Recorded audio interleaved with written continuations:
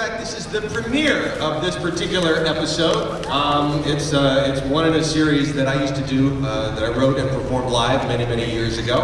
And I'm very, very lucky to have such an amazingly talented cast for this premiere and to have you guys as our premiere audience.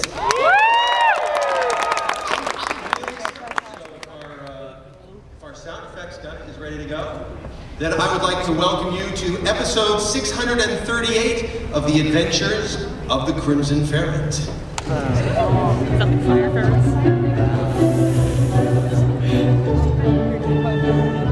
The Adventures of the Crimson Ferret, America's secret weapon in the war on crime. Cloaked in a mask of truthfulness and a leotard of goodness, he fights a never-ending battle against the forces of evilness and injustice. Working above the law, his methods are swift and sure, that no accounts and ne'er-do-wells might feel the foaming, frothing bite of righteousness, the bite of the Crimson Ferret! Ride with the ferret in tonight's episode. Carnage aside. Night in the City of Angels, home of glitz, glamour, and gaming, where the Hollywood fantasy machine works round the clock, cranking out America's dream of hope and prosperity. But far from the pomp and premieres of Hollywood, the shadowy sedan creeps quietly through the narrow streets of Shantytown, a slum and ramshackle houses and storefronts that is the home to the city's poorer immigrant communities. The large man in the back seat sits silently in the shadows, while the two in the front shift nervously in their seats. Ah, Bob, will you stop shifting nervously? You're making it hard to drive. Ow! You're doing it too, sheesh. I can't help it. The big man makes me edgy. Just sitting there all quiet like with that mask pulled over his head, and you shifting around only makes it worse, so knock it off. Ow! This whole job gives me the heebie-jeebies. Well, it's not my fault. The employment agency sent us here. Oh, yeah? And who was it that said we should take the first job that came along? This was the only job that came along. Oh, I hate it when you're right. Hey, isn't that Vic McNognut? Oh, yeah! Ow! Ah, that always makes me feel better. Now shut up and hand me the map. I think we're almost there. Here we are, boss. Balzac Street. Hey, boss. This is the third night in a row that we come down here. Is there something special about this place? I pay you to be my henchman, not to ask questions. So be quiet and go. Hench.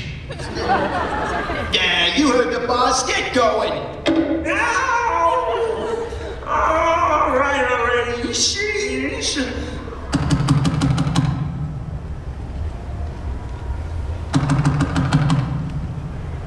Yes? What is it? Are you Visigoths? We are humble Visigoths, yes. We are all Visigoths in this neighborhood. We practice Visigoths ways and keep the Visigoths traditions. Here, you want maybe some sardines? No thanks. But I got a message for you from the masked offender. He says that you and all other Visigoths gotta get back to where you came from. Right now, tonight, don't bother packing, and if you do not, he will unleash the full force of his wrath upon you. The herald of the masked offender has spoken. What is it, dear? Who are you speaking to? These men say we must leave our home tonight, right now, or the masked offender will make us suffer. You tell the masked offender that we will not be frightened away from our homes. Why don't you tell him yourself? He's standing right here. Ah! He is the one in the mask. I fear he has come to unvent his wrath upon us. Visigoth scum. You think because of the war you can just move in and take jobs away from the rest of us? We are peaceful and unassuming. We only come to do the jobs that you would not do yourselves. We clean toilets using our bushy unibrows. Oh, that's disgusting. We floss the teeth of rich people's pets. Oh, I wouldn't do that. We become prominent actors and anchor the evening news. Oh,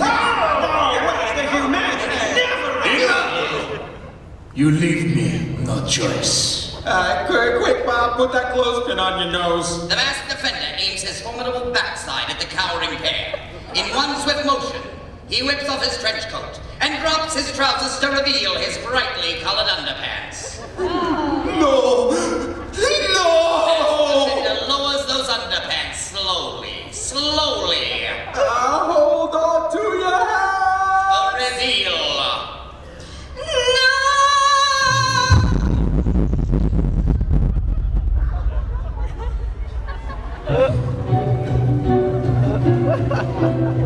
The next day, Beaumont Riley, ace reporter for the Daily Semaphore, strolls nonchalantly through the streets of downtown Hollywood, never anticipating...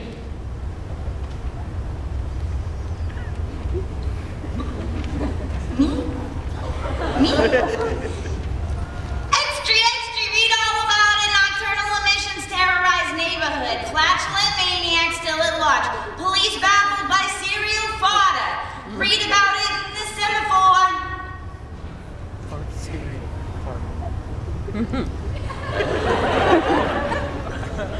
I'm right. Of course I'm right. I love a good headline in the morning. Hey there, newsboy. Toss me one of those golden tomes of cutting-edge journalism. Flatulent maniac, nocturnal emissions. I smell Pulitzer. Say, kid, what gives? I said, toss me a paper. Not till you toss me a nickel. These papers don't grow on trees, you know. What the? Johnny, quit kidding around, will ya? Say, you look different today. Why do you have that bushy unibrow and all that strange facial hair? Hey, you're not little Johnny Jones. Nope. Great goats, you're a Visigoth. Well, that's okay, I guess. So, how's about passing me a paper, little immigrant boy? You are a boy, aren't you? Not until you flip me some silver, chum. Hey, don't you know who I am, Sonny? I don't care if you're Laura Bailey. No nickel, no paper. Laura Bailey. I'm Beaumont Riley, ace reporter for the Daily Semaphore, and that's my story you're using to hawk them papers, so I think that entitles me to one. These papers are my ticket to the American dream, and no one gets a free ride on my gravy train. Oh, yeah? Hey, look! It's Big Manana! Give me that paper. You are just the man trying to impress me. Hey, get off my leg! Ow! Quit biting me! Ow! Stop it! Ow!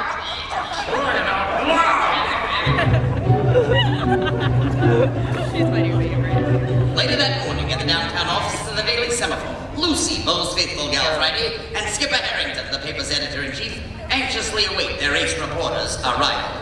Oh, Beau's late, Skipper. It's not like him. I'm worried. Well, maybe. Hey, here comes Lucy. He's hobbling through the newsroom with some strange hairy dwarf stuck to his leg. He keeps whacking it with that newspaper. Would you get off of me? Morning, Beaumont. Hiya, Luce. Hey, Riley. Looks like someone's a fan of your writing. Very funny. Hey, anybody got a slab of raw meat so that dingo, the wolf boy, will take his teeth out of my leg? Oh, let me try, Beaumont. Hey there, Sonny. Won't you stop biting the nice man's thigh? That's my job. He is not nice. He tried to stiff me. He wouldn't pay for that newspaper. Is that true, Beaumont? Well, Beaumont, Riley. Here you go, little feller. A shiny new nickel. Gee, thanks, lady. Nice lady. Pretty lady. Now, you run along home now, okay? Sure thing, lady. Nice lady. Pretty lady. And make sure you look both ways when you cross the street. And make sure to sell the rest of them papers. make sure you get your forehead waxed. Now, Beau, how's your leg? That smarts like the Dickens, doll. Maybe I should go see a doctor. Or maybe you should come over tonight and I'll tend to it. I could wear my Florence Nightingale costume.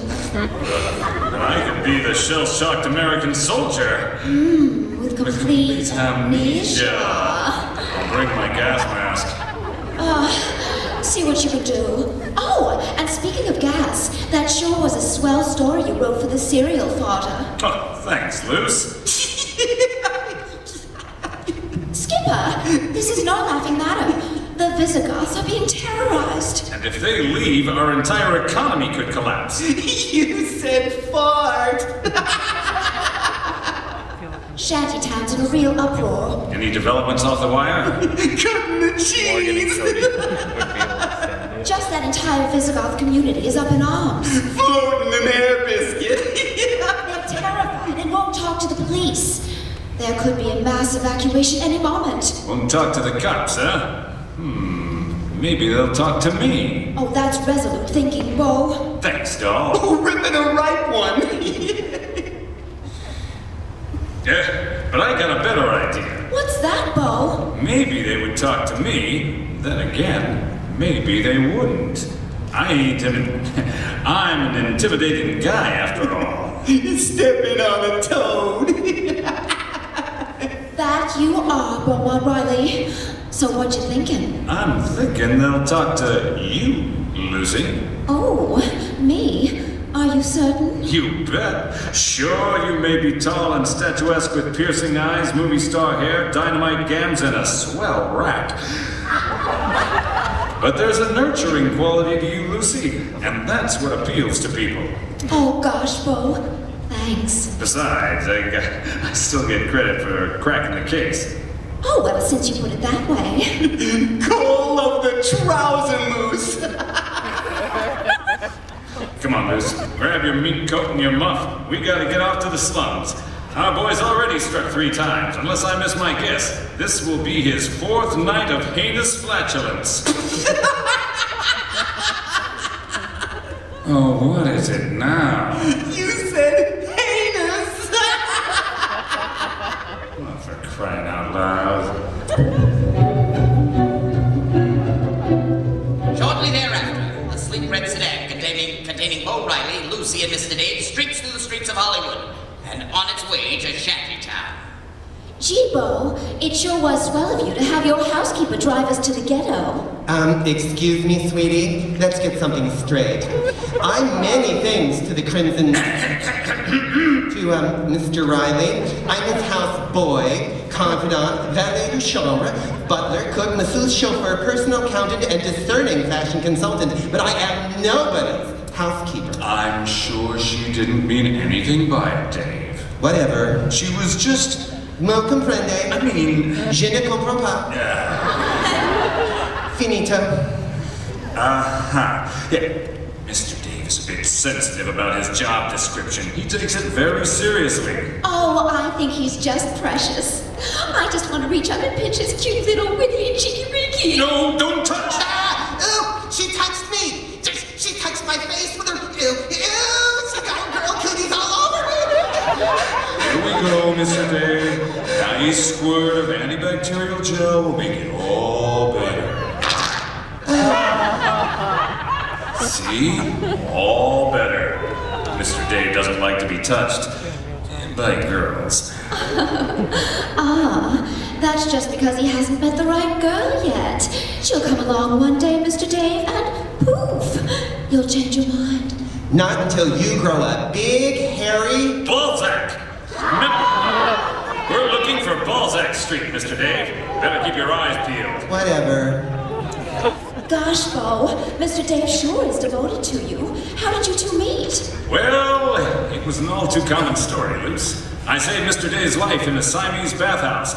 As an Oriental tradition dictates, he must serve me for the rest of his life. But, Beaumont, Mr. Dave's not Orient. He doesn't know that. I'm afraid that's a tale for another time, Lucy. Whatever you say, Bo. Brr, it's a little cold today. Why don't we just snuggle here in the back seat for the rest of the trip? Sounds good to me. It is a bit nippy. Humph.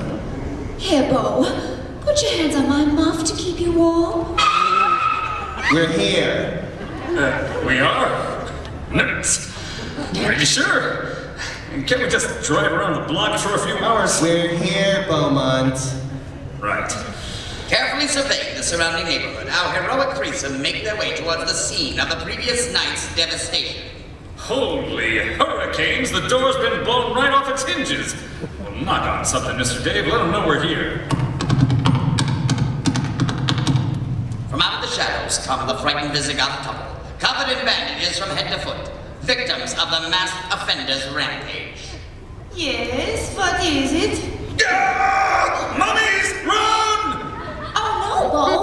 That's the poor immigrant couple who suffered at the hands of the masked offender. It was not his hands that made us suffer. And we have nothing to say to you.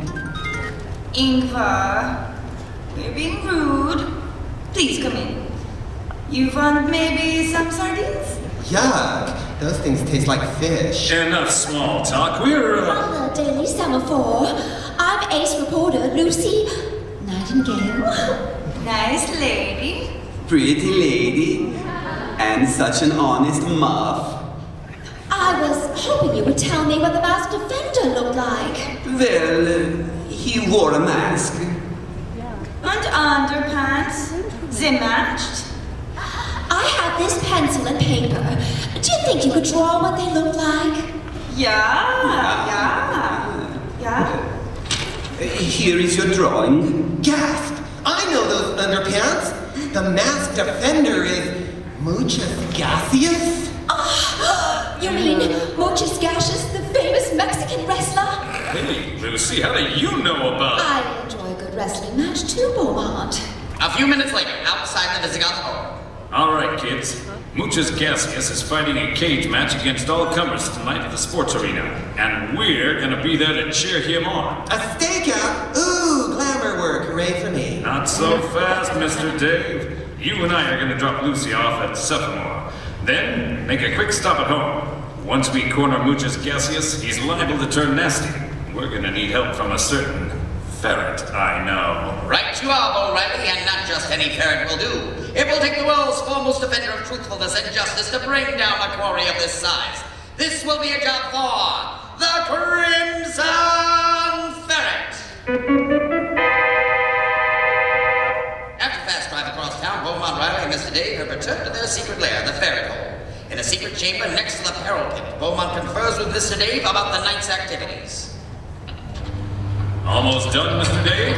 Almost. This may be our only chance to nab this terrorist before he strikes again. And we're gonna bring him home, and we're gonna bring the fight to him. I'm gonna challenge him mano a mano. But my wardrobe will be limited. No place for a utility belt in the wrestling ring. Nothing but your boots, your mask, and ta-da! Your own special pair of ferret wrestling underpants. Gosh, they're swell. They're all crimson and everything. Here, let me try them on. Hey, comfy. They don't chafe right up. Good work, Mr. Dave. I won't feel restricted while I'm using all my patented ferret moves, like the ferret eye poke, or the ferret uvula slam, or the roundhouse ferret testicle twist. I can't leave anything to chance, so I'd better take some gadgets too. Right. These will all fit into the special pouch I've installed right in front. If you find yourself in a tight spot, you should do the trick. What have we here? Ferret mini bazooka. Hello, little fella. Distance? It's got distance and accuracy. 2 canisters ferret gas. When in Rome, Ferret subelectron rectifier. here are the batteries. Atomic particle ferret stimulator. Point away from you at all times. Ferret gas mask. We'll just set this aside for later. And a cork? Under the right circumstances, that cork could save your life. Right you are, Mr. Dave. But are you sure all this will fit into my shorts? That's why the pouch is pleated, Beaumont. It's made to expand. While downtown in a sinister locker room. Hey, Dad? Are you in here, Ted? Oh boy, it's all moist and steamy in here. It's making my eyes sting. Hey Ted, I got the buckets, Ted. Ow! Quit your yelling, I'm right here. Oh wow, gee Ted, I ain't never been in here before. It's just the way I pictured it. Rusty lockers, paint peeling off the walls, mist hanging in the air. Ooh, I can hardly see. I think someone left the steam room open. Don't take that clothespin off your nose. One whiff and it's hasta la vista. That ain't steam hanging in the air. Oh gosh, Ted, thanks. Hey, is the boss in here? Oh, he's right over there getting ready for tonight's match. Did you get all the grub? Just like you told me. I got pinto beans and lima beans and refried beans and garbanzo beans and black beans and navy beans and kidney beans and mung beans and cabbage. Hey, boss. We got your food. Ted, he ain't wearing his mask. Fools! I am muchos gracias, and I am never seen without my mask. Now, let me put it on so you may approach. There. Now bring me my evening sustenance. Yeah, you heard the big guy. Approach. Ow! I will consume this food, which is high in fiber. It fuels the internal combustion of my hatred, which is a metaphor. Then, Ted, I would have one of your famous hot oil rubdowns. The muscles of my buttocks are tense, and I must be in good form tonight.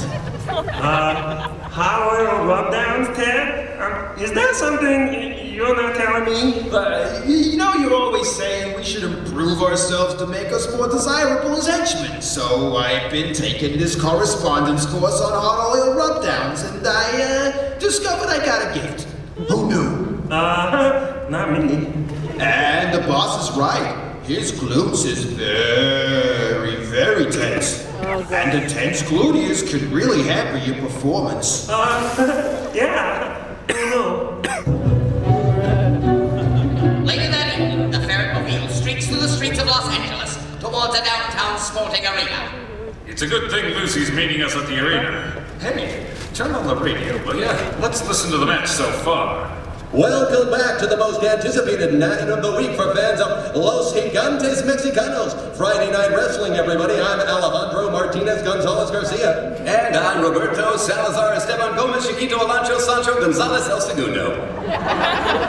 You know, Rob, this really has been the night for Muchas Gracias. Right you are, Al. He seems unstoppable. 3 rounds, 3 different contenders, and they all fell victim to the signature gaseous attack. Right you are, Rob. The sphincturbulence in the ring has been overpowering. Once Gaseous gets his opponent's head clenched between those cheeks of steel and launches a whifter, it just knocks the life right out of them. Correctamundo, Al. The butt yodeling is fierce.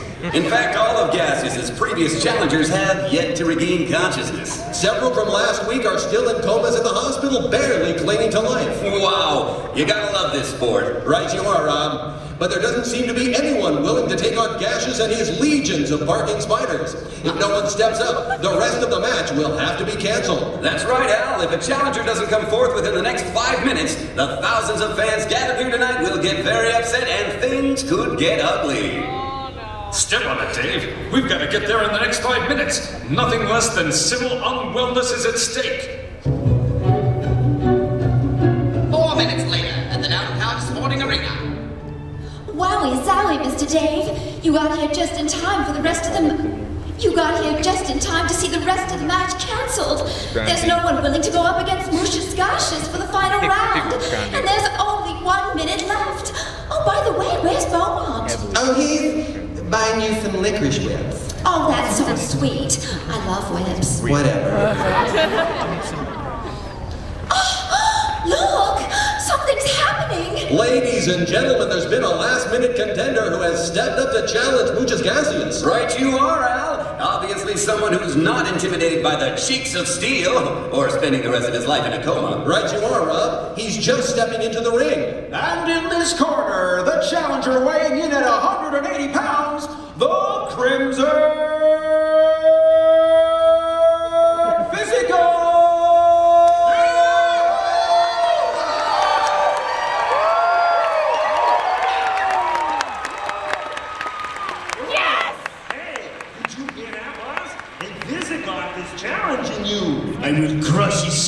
with my cheeks of steel. Ah, cheeks of steel. There goes all my hard work. You know, Al, the Crimson Visigoth looks sort of familiar. If I didn't know better, I'd say he was that defender of truth, that champion of justice. That hero who strikes fear into the hearts of evildoers everywhere? Right you are, Al. Except that this guy is the Crimson Visigoth. See, Rob, ferret is a totally different word than Visigoth. Right you are, Al. Don't know what I was thinking. And there's the bell! The match has begun! Right you are, Al. Looks like a strong start for Muchas Gaseous. He's got the Crimson Visigoth held aloft by his ankles. Oh! Thrown down to the mat. That's gotta hurt. The challenger isn't moving. Gaseous is bending over and checking for signs of life. This could be a very short match. An eye poke from the challenger. Muchas is staggering backwards as the Visigoth leaps to his feet. He's caught the champion off guard. Ouch! Oh, that looked like some kind of uvula slam. Muchas Gaseous didn't see that one coming. Right you were, Rob. I didn't think a uvula could withstand that sort of abuse. But Gaseous has recovered, and he's stalking the Crimson Visigoth around the ring. You know, Al, even from here I can see the muscles of the champion's buttocks clenching and unclenching and clenching and unclenching and clenching and unclenching. Right you are, Rob. That's usually a sign that the end is near. Muchas lunges at the challenger, who dashes between the champion's legs to avoid his grasp. Oh, this challenger is a worthy opponent. That looked like some sort of roundhouse testicle twist. Right you are, Rob. And the champion is down. Ladies and gentlemen, Muchas Gaseous is on the mat. Muchas Gaseous seems to have lost consciousness from that roundhouse testicle twist. What an upset we've seen here tonight, folks. It appears that the Crimson Visigoth is ready to declare victory, and the crowd is demanding the removal of the champion's mask. Take off his pants! Take off his pants! Right you are, Rob. But wait, it looks as though Muchas Gaseous is regaining consciousness. Hey, what the? Visigoth scum. Well, that's a fine how do you do. In a surprising turn of events, Muchas Gaseous has the Visigoth in a Brazilian butt lift, with the challenger's head sandwiched between those cheeks of steel. Right you are, Rob. It could be all over for the Crimson Visigoth, and after such a promising start. Do something, Beaumont! You've only got a few seconds! Beaumont? Well, what do you know? The Crimson Ferret is the Crimson Visigoth, and Beaumont Riley is the Crimson Ferret. Now we're all in trouble. Muchas is tensing his entire body now, ready to deal the final blow.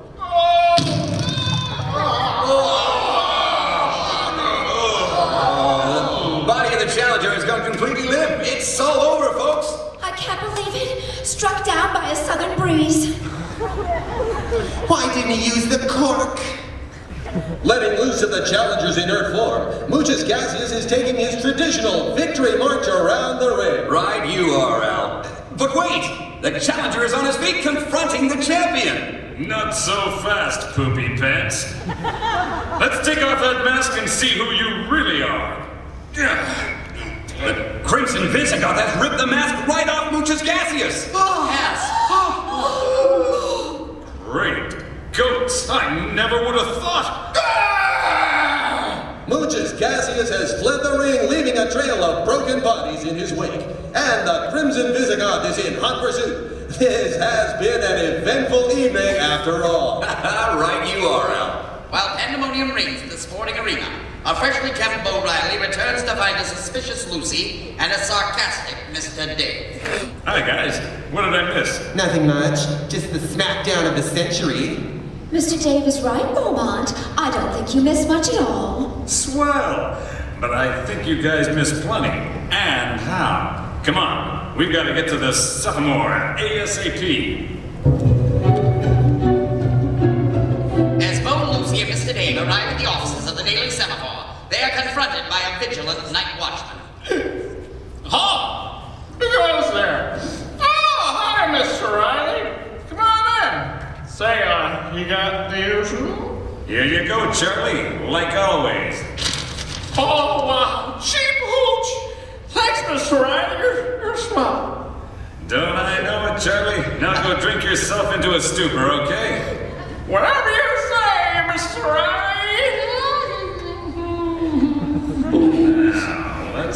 see here. What are you looking for in that filing cabinet, Beaumont?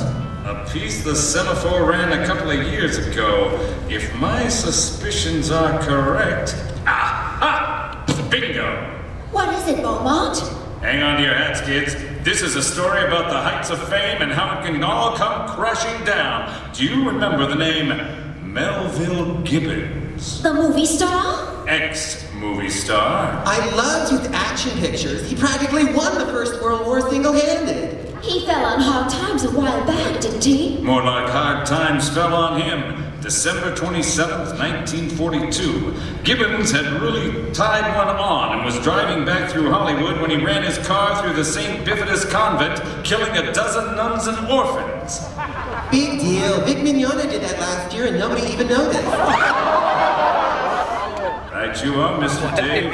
And that could have been the end of the story. But there's more to it than that. I remember now. When the police arrived, Gibbons resisted arrest. He started yelling at the officers, calling them filthy Visigoths. Correctamundo, Angel. The press got wind of what he'd said and it was all over. But, Beaumont, what does this have to do with Muchas Gracias? I'm afraid it's an all too common story, Lucy. Once famous Hollywood movie star becomes flatulent Mexican wrestler. Melville Gibbons is Muchas Gracias. Take a look at this picture from the old Sephamore story. That's the man I saw at the sports arena after after the Crimson the Crimson Visigoth tore Muchas Gracias' mask off. I see. Gibbons' career was over after that night. He'd even made that movie about Mexico, but nobody went to see it. He lost everything and couldn't afford to eat anything but beans. Well, that explains the flatulence. But why persecute Visigoths? He blames them for his circumstances. Visigoths have always been an easy target, ever since they came to Southern California after the fall of the Roman Empire. So, Melville had immersed himself so completely in his Mexican role that when he lost his mind, he stayed Mexican? Right you are, Mr. Dave. And that's why I know he'll strike again. Tonight.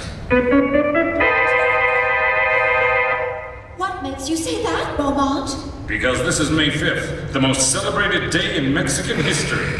What's so special about May 5th? It's the day when, in 1862, the newly formed Mexican Republic drove the French invaders from their shores. How did they do that, Beaumont? It's pretty easy to figure once you realize it's called Cinco de Mayo. Cinco comes from the Latin verb meaning without. So Cinco de Mayo translates simply into without the mayo. The French put mayonnaise on everything, you see. So when the Mexicans refused to eat the food, the French left. And there's been big celebrations ever since. And it's a good thing, too. Can you imagine burritos in a creamy béarnaise sauce? Just apply that directly to my thighs. Yeah. A little later, Angel. Whatever. And that's how I know he'll strike again tonight. So we have to get to Shantytown and stop him. And I have a plan. Later that dark and quiet night, as the moon rises over the economically deprived streets of Shantytown, our heroic threesome put Beaumont's plans into action. Gee, guys, you look swell. Lucy, you're one honey of a Visigoth. What about me, Beaumont? Mr. Dave, no one ever made a unibrow look so good. Thank you, Beaumont. Say, Beau, would you mind going over the plan one more time? Sure thing, doll. Now listen up. You guys are gonna pose as a Visigoth couple. Mr. Dave, you're the man. The masked offender is sure to unleash his pent-up hatred of all things Visigoth.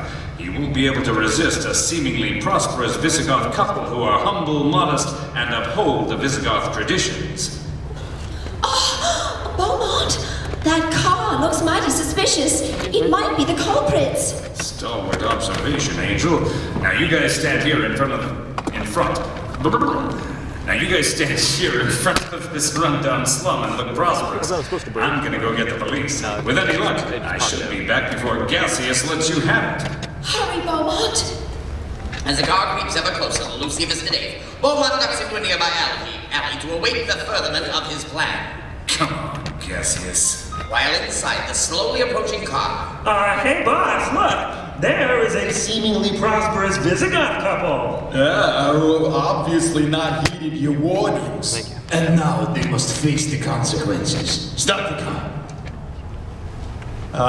Hey boss, how's your buttocks? Cause if it's tense here, I got the oil right here. Later, Ted. Now is the time to bring my crusade to its explosive conclusion. I finally rid our city of Visigoths once and for all. And I will show no mercy.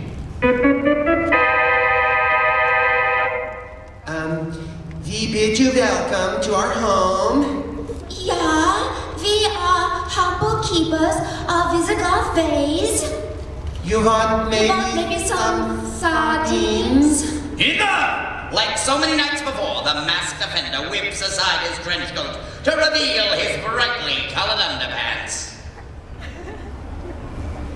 You Visigoths are gonna get it now. Then he lowers the underpants slowly. I will waste no more time. Una! Gosh, Mr. Dave, this looks like the end. Before we die, I just wanted to say how envious I've always been of your position as Beaumont's houseboy and confidant. And your wonderful fashion sense. Dolph! And girlfriend, can I tell you how envious I've always been of your coat and matching muff? That fur is fine. I wish I had a muff like that. Oh, you're so sweet. I just want to hug you. No touching. Trace! But just as the masked offender is about to let one rip. Not so fast, Cassius. Or maybe I should say, Melville Gibbons. Oh, it's the Crimson Visigoth. Oh, he fills my pants with fear. That's the Crimson Ferret to you. What do I pay you lackeys for? Attack him! The atomic particle ferret stimulator should take care of you. Hey, my molecules feel all funny. And for you, a taste of the ferret sub-electron rectifier. Oh, wrecked him. Hell, it killed him. Sorry.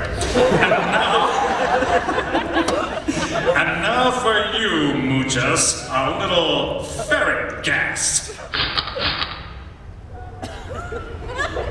No effect. Must be professional courtesy. Signor Ferret, you have dispatched my henchmen with ease, but I will not go so quietly into the dark night. You can drop the phony accent, Gibbons. You're about as Mexican as a $3 bill. We all know you're really from Australia. That's a fair cut. Now, Ferret, I've got a buckwind brewing that'll blow you and your friends here back to Visigoth land. 1, 2, everybody get down! 3! At the speed of faster than the eye can see, the Crimson Ferret dives between the unmasked offender and the helpless pair. There.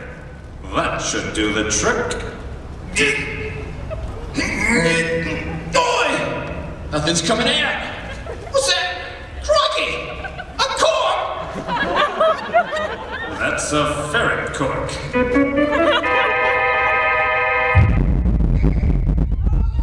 Oh, I don't feel so good. No, bloody hell.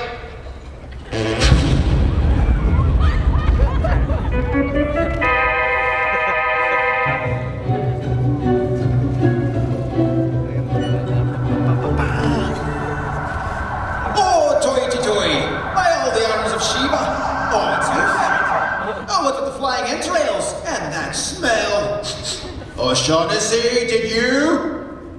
Wasn't me, Chief. That, Chief, is the smell of what happens when a good actor goes bad. The next day, in Skipper Harrington's office at the Daily Semaphore. Congratulations, Lucy. You got your first line by line. Your first byline. Crimson Ferret plugs masked offender. Visigoths breathe easy. Oh, that's a swell piece of cutting-edge journalism. Lucy Nightingale. Thanks, Beaumont, but I couldn't have done it without you. And the Crimson Ferret. Once again, the city is safe, and our economy is no longer in peril. Well, it's all in a day's work when you defend truthfulness and honestness. Not to mention defending Mr. Dave and me. Right you are, Luce. And that was mighty swell of you to give Mr. Dave your muff. Don't know he'd ever get one of his own. Well, he deserved it for being so brave. Speaking of brave, are we still on for tonight? I got my gas mask cleaned. I don't think so. What? What do you mean? But if you see the Crimson Ferret, send him over and make sure he brings his mask. Oh, sure, Lucy. I'll see what I can do. Thanks, Bo. You're swell. Yeah, Riley, you kind of are. Oh, oops.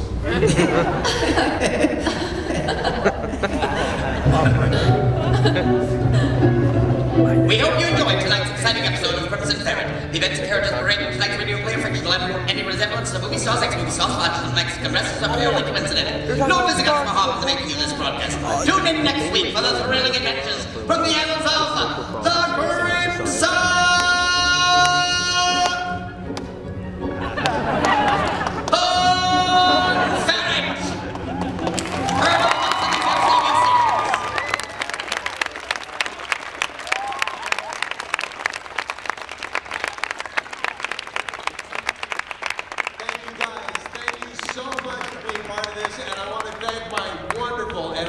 Talented cast. Thank you, guys. Ferret.